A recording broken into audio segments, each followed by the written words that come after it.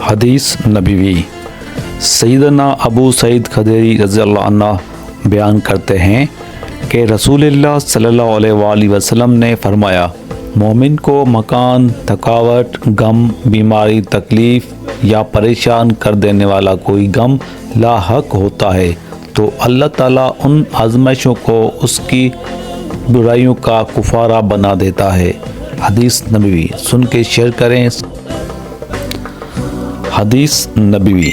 حضرت ابو ہریرہ رضی اللہ عنہ نے بیان کیا کہ رسول اللہ صلی اللہ علیہ وآلہ وسلم نے فرمایا، اللہ تعالیٰ کا ارشاد گرامی ہے، اے فرشتو، جب میرا بندہ کسی برائی کا ارادہ کرے تو جب تک وہ اس پر عمل کرے تو پھر اس کے برابر گناہ لکھو، اور اگر وہ اس کے مطابق عمل کرے تو پھر اس کے برابر گناہ لکھو۔ اگر وہ میرے خوف سے اس برائی کو ترک کر دے تو اس کے لیے ایک نیکی لکھو، اور اگر کوئی بندہ نیکی کرنا چاہے تو اس کے لیے ارادے ہی پر ایک نیکی لکھو، اور اگر اس پر عمل کر لے تو 10 گناہ سے 700 گناہ تک نیکی لکھو۔ سبحان اللہ۔ حدیث نبوی۔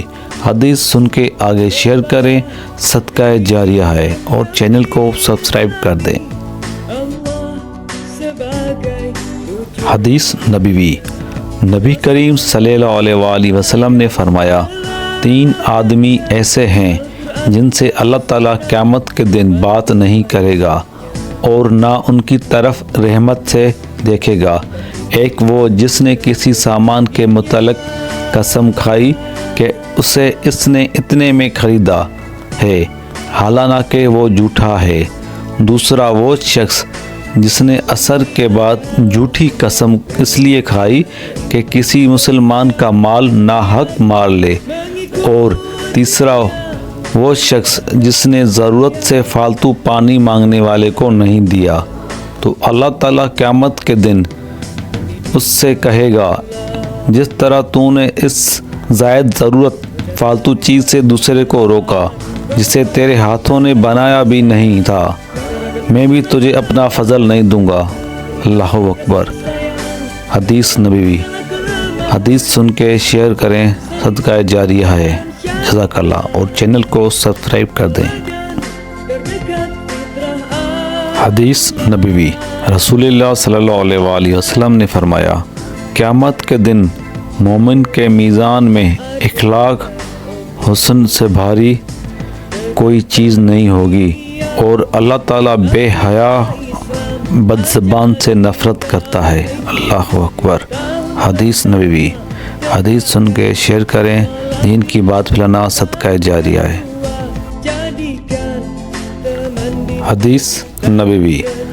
رسول اللہ صلی اللہ علیہ وآلہ وسلم نے ارشاد فرمایا، جب کوئی شخص اپنی بیٹی کی شادی کرنا چاہے تو اس سے اجازت لے لے۔ حدیث نبوی۔ دین کی بات پھیلانا صدقہ جاریہ ہے۔ حدیث کو سن کے آگے شیئر کریں۔